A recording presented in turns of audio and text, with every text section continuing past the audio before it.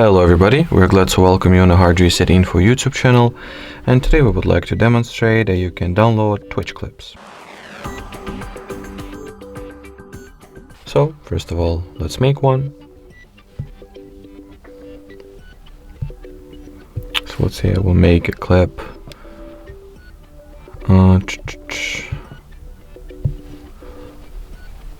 from here. So create a clip, tap on the preview and edit button, name it somehow, wait until it gets processed.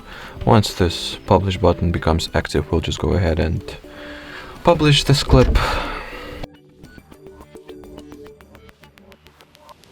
Alrighty, now let's copy the link to it.